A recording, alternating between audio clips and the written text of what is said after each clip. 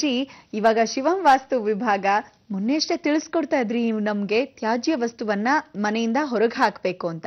ಆದ್ರೆ ಒಂದು ಪ್ರಶ್ನೆ ಗುರುಜಿ ನಂದು ಏನಪ್ಪಾ ಅಂದ್ರೆ, ಈ ಹಳೆಯ ಸಾಮಾನುಗಳನ್ನೆಲ್ಲ ತಗೊಳ್ಳೋಕೆ ಕೆಲವರು ಮನೆ ಹತ್ರನೇ ಬರ್ತಾರೆ.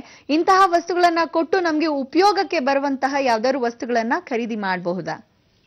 ಕೇಳಿರೋ ಪ್ರಶ್ನೆ ಬಹಳ ಸಂತೋಷ. ಆದರೂ ಸಹ ಇದರಲ್ಲಿ ಉತ್ತರಿಸ್ತಕ್ಕಂಥ ವಿಚಾರ, ಮೊದಲು ಶಿವಂ ವಾಸ್ತುವಲ್ಲಿ ಶಿವನ್ನ ಮತ್ತು ವಾಸ್ತು ಪುರುಷನ ಸ್ವಾಗತ ಮಾಡಿದ್ಮೇಲೆ ಮಾತಾಡೋಣ. ಏನಂತೀರಾ? ಬನ್ನಿ. ಶಿವ ಶಿವ.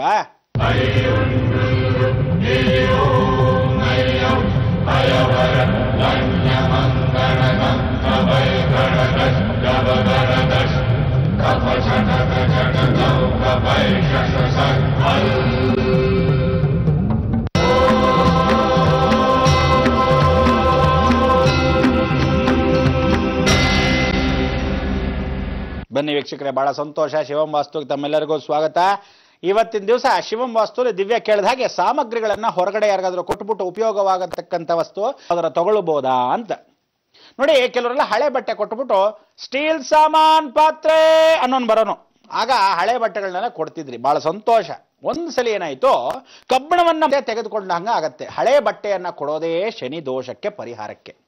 ಹಳೆ ಬಟ್ಟೆಗಳ ಜೊತೆ ಪಾತ್ರೆಗಳನ್ನ ಕೊಟ್ಟಾಗ ಹೊಸ ಪಾತ್ರೆ ಬರ್ತಾ ಇತ್ತು. ಆಗ ಪುಟಾಣಿ ಇಷ್ಟು ಪಾತ್ರೆ ಕೊಟ್ರೆ ಅಷ್ಟು ದೊಡ್ಡ ಪಾತ್ರೆನೋ ಬೇಸನೋ ಕೊಡೋನು. ಈಗ ಇಷ್ಟು ದೊಡ್ಡದು ಕೊಟ್ಟರು ಪುಟ್ಗೋಸಿ ಇಷ್ಟು ಕಪ್ ಕೊಡ, ಏನು ಮಾಡೋದು, ಬೆಲೆ ಜಾಸ್ತಿ ಆಗಿದೆ ಸ್ವಾಮಿ ಅಂತ ನಾವು ತಲೆ ಮೇಲೆ ಹೊತ್ಕೊಂಬಂದು ಈಗ ಬರೋದೇ ಇಲ್ಲ. ಯಾಕೆ ಅಂದ್ರೆ ಎಷ್ಟೋ ಜನ ಶಾಪಿಂಗ್ ಸೆಂಟರ್ಗಳು ದೊಡ್ಡದಾಗಿ ಹೋಗಿದೆ. ಹಳೆ ಬಟ್ಟೆಗಳನ್ನ ಕೊಡ್ತಕ್ಕಂಥದ್ರಲ್ಲಿ ಕೆಲವರು ದುರುಪಯೋಗ ಪಡಿಸ್ಕೊಂತಾರೆ. ಮೊದಲೇ ಹೇಳಿದ್ದೀನಿ, ಹಳೆ ಬಟ್ಟೆಗಳನ್ನ ಕೊಟ್ಟಾಗ ದಾಯಾದಿಗಳು, ಅಕ್ಕಪಕ್ಕದವರು, ಹೊರವಲಯದವರು, ನಿಮಗಾಗದೇ ಇರತಕ್ಕಂಥ ಶತ್ರುಗಳು ನಿಮ್ಮ ಬಟ್ಟೆಗಳನ್ನು ಉಪಯೋಗಿಸಿ ಮಾಟ ಮಂತ್ರ ಯಂತ್ರ ತಂತ್ರ ಇಲ್ಲಿಂದ ನೀವು ಹಾಕಿದ ತಕ್ಷಣ ನೋಡಿಕೊಂಡು 4ನೇ ಮನೆ ರೋಡಲ್ಲೋ 4ರಲ್ಲೋ ಇರ್ತಕ್ಕಂಥ ಒಡವೆ ವಸ್ತುಗಳನ್ನ ಅವನ ಹತ್ರ ದುಡ್ಡು ಕೊಟ್ಟು ಮತ್ತೆ ವಾಪಸ್ ನಿಮ್ಮ ಬಟ್ಟೆ ಇಸ್ಕೊಂಡು ವಶೀಕರಣ. ದಯವಿಟ್ಟು ಕಬ್ಬಿಣವನ್ನ ಕೊಟ್ಟು, ಕಬ್ಬಿಣವನ್ನ ಅಂದ್ರೆ ಶನಿಯನ್ನ ಕೊಟ್ಟು ಮತ್ತೆ ಶನಿಯನ್ನ ಆವರಿಸ್ಕೋಬೇಡಿ. ಕೆಲವೆಲ್ಲ ಡಬ್ಬಿಗಳನ್ನ ಕೊಂಡ್ಕೊಂಡ್ಬರ್ತಕ್ಕಂಥ ದುಡ್ಡು ಯಾಕೆ ಕೊಡ್ತೀವಿ? ಹಳೇ ಅಕಸ್ಮಾತ್ ಒಂದು ಕಬ್ಬಿಣ ಕೊಂಡ್ಕೊಂಡ್ರು ಏನ್ ಮಾಡ್ತಾ ಇದ್ರು ಗೊತ್ತಾ? ದುಡ್ಡು ಕೊಟ್ಟ. ಶನಿನ ಮಾತ್ರ ಋಣ ಇದ್ಕೊಂಡು ತಗೋಬೇಡ ಅನ್ನೋರು. ಅದಕ್ಕೆ ಸ್ಟೀಲ್ ಅಂಗಡಿಗೆ ಹೋದಾಗ ಪಾತ್ರೆಗಳನ್ನ ಸಾಮಗ್ರಿಗಳನ್ನ ತಗೊಂಡಾಗ ನಾವೇನ್ ಮಾಡ್ತೀವಿ? ದುಡ್ಡು ಕೊಟ್ಟು ಪಾತ್ರೆ ಸ್ಟೀಲ್ ಸಾಮಾನು ತಗೊಂತೀವಿ. ಎಷ್ಟೋ ಜನ ಸೇಲಂ ಸ್ಟೀಲ್ ಅಂತೆ, ದೊಡ್ಡ ಸ್ಟೀಲ್ ಅಂತೆ, ಎಂತೆಂತ ಕೊಯಂಬತ್ತೂರ್ ಸ್ಟೀಲ್ ಅಂತೆ, ಫಸ್ಟ್ ಕ್ಲಾಸ್ ಸ್ಟೀಲ್ ಫ್ಯಾಕ್ಟ್ರಿಗಳಿದೆ. ಆದ್ರೆ ಇವತ್ತಿನ ದಿವಸ ಕರೆಕ್ಟಾಗಿ ಎಷ್ಟೋ ಜನ ಉಪಯೋಗಿಸ್ತಕ್ಕ ಪ್ರತಿಯೊಂದು ಸ್ಟೀಲ್ ಅಂದ್ರೆ ಆ ಕಾಲದಲ್ಲಿ ಏನ್ ಮಾಡೋರು, ಎಲ್ಲ ಕಬ್ಬಿಣದ ಅಂಶ ಸೇರೋಸು. ಅರ್ಗು ಅಂತ ಒಳಗಡೆ ಸೇರಿಸ್ಬಿಡೋರು, ಒಳಭಾಗದಲ್ಲಿ ಹಿಂಗ್ ಬೆಂಡ್ ಮಾಡೋ ಅರ್ಗು ಅಂತ. ಈಗಿರೋ ಸ್ಟೀಲ್ ಲಟ್ಲಟ ಅನ್ನತ್ತೆ. ಎಂಟಿ ಮೆಸಲ್ಸ್ ಮೇಕ್ಸ್ ನಾಯ್ಸ್. ಹಾಗೆಲ್ಲ ದಂಪವಾಗಿ ಮಂದವಾಗಿರ್ತಿತ್ತು.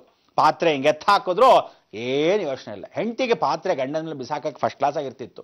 ಈಗ್ಲಾ ಅಯ್ಯೋ ಎಷ್ಟು ಪಾತ್ರೆ ತರೋದೆ, ಫಸ್ಟ್ ಕ್ಲಾಸ್ ಕತ್ತರಿಸೋಗಿದೆ, ನೀನು ಹಾಕೋದೆಲ್ಲ ಗೋಡೆ ಗಿಡಕ್ಕೆ ಬಿದ್ದು ಹೋಗುತ್ತೆ ಅಂತ ತಪ್ಪಿಸ್ಕೊಂಡು ಓಡಾಡ್ತಾರೆ ನೋಡಿ. ಹಾಗೆ ವಿಶೇಷವಾಗಿ ಜೀವನದಲ್ಲಿ ಇವತ್ತಿನ ದಿವಸ ಮನೆಯಲ್ಲಿ ಶಿವಂ ವಾಸ್ತುವಲ್ಲಿ ಪರಮೇಶ್ವರನ ಕೃಪಾ ಕಟಾಕ್ಷ ಏನು ಹೇಳುತ್ತೆ, ಹಳೇದನ್ನ ಕೊಡ್ತಕ್ಕಂಥದ್ದು ಏನಾದರೂ ಇದ್ದರೆ ಸ್ವಲ್ಪ ಮಟ್ಟಿಗೆ ದುಡ್ಡನ್ನು ಕೊಟ್ಟು ಬೇರೆ ಎಲ್ಲಾದರೂ ದೂರದಲ್ಲಿ ಯಾರಿಗೂ ಗೊತ್ತಿಲ್ಲದ ಹಾಗೆ ಕೊಟ್ಟು ಅದನ್ನು ಮುಖವನ್ನು ಹಾಕಿಸಿ ಬೇರೆ ತಗೊಳ್ಳಿ. ಹಿತ್ತಾಳಿ, ತಾಮ್ರ, ಕಂಚು, ಬೆಳ್ಳಿ. ಅಕಸ್ಮಾತ್ ಆಗದಿದ್ದ ಪಕ್ಷದಲ್ಲಿ ಹಳೆ ಬಟ್ಟೆಗಳಿದ್ರೆ ದಯವಿಟ್ಟು ಅದೊಂದು ಸುಟ್ಟು ಬಿಸಾಕಿ. ಉಪಯೋಗ ಆಗದೆ ಇದ್ರೆ, ಇಲ್ಲ ಉಪಯೋಗ ಆಗತ್ತೆ ಸ್ವಲ್ಪ ಮಟ್ಟಕ್ಕೆ ಮಾತ್ರ ಕಿತ್ತೋಗಿದೆ ಅಂದ್ರೆ ಸರಿಪಡಿಸಿ ಹೋಗೋದು ಕ್ಲೀನಾಗಿ. ಯಾರಾದ್ರೂ ಅನಾಥರು, ಯಾರಾದ್ರೂ ಭಿಕ್ಷದವರು ದೂರದಲ್ಲೆಲ್ಲಾದ್ರೂ ಮಡ್ಚ್ಕೊಂಡು ಕ್ಲೀನಾಗಿ ಇಸ್ತ್ರಿ ಮಾಡಿ ಅಥವಾ ಯಾವುದೋ ಒಂದು ಕವರ್ ಹಾಕೊಂಡು ಇಟ್ಕೊಂಡು. ಕೆಲವರು ಇದ್ದಾರೆ, ಎಷ್ಟು ನಿಮಗೆ ದೋಷಗಳು ಬರುತ್ತೆ ಅಂದ್ರೆ, ಬಟ್ಟೆ ನೀನು ಹಾಕೊಂಡಿರೋದು ಒಗಿದೆ ಇನ್ನೊಬ್ಬನಿಗೆ ದಾನ ಮಾಡಿದ್ರೆ, ಅವನ ಅಕಸ್ಮಾತ್ ರೋಡಲ್ಲಿ ಭಿಕ್ಷದವನಾಗಿದ್ರೆ ಅತಿ ಶೀಘ್ರದಲ್ಲಿ ನೀವು ಭಿಕ್ಷದವನಾಗ್ತೀರ, ಗ್ಯಾರಂಟಿ ಬರ್ದಿಟ್ಕೊಳ್ಳಿ. ಆವತ್ತು ಹಾಗೇನೆ, ಯಾವತ್ತು ಅದನ್ನು ಒಗೆದು ಬಿಡ್ಬೇಕು. ಅಂದ್ರೆ ನಾವು ಹಾಕೊಂಡಿರೋ ದರಿದ್ರ ಇನ್ನೊಬ್ಬರಿಗೆ ದಾನ ಮಾಡಬಾರ್ದು.